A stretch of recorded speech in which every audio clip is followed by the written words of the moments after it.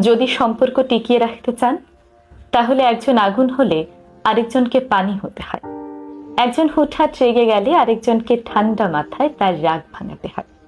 কারণ দিন শেষে সেই মানুষটা তো আপনার সবচেয়ে কাছের মানুষ, তাই না?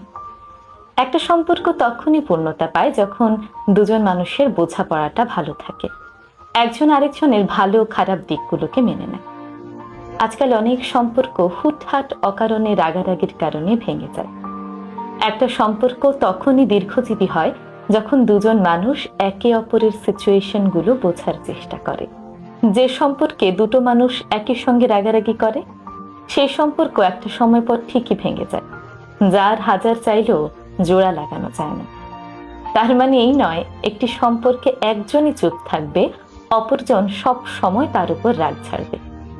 সম্পর্ককে সুন্দর করার জন্য মাঝে মাঝে আপনার অপর পাশের মানুষটাকেও আপনাকে বুঝতে হবে। তার জন্য আপনাকেও চুপ থাকতে শিখতে হবে।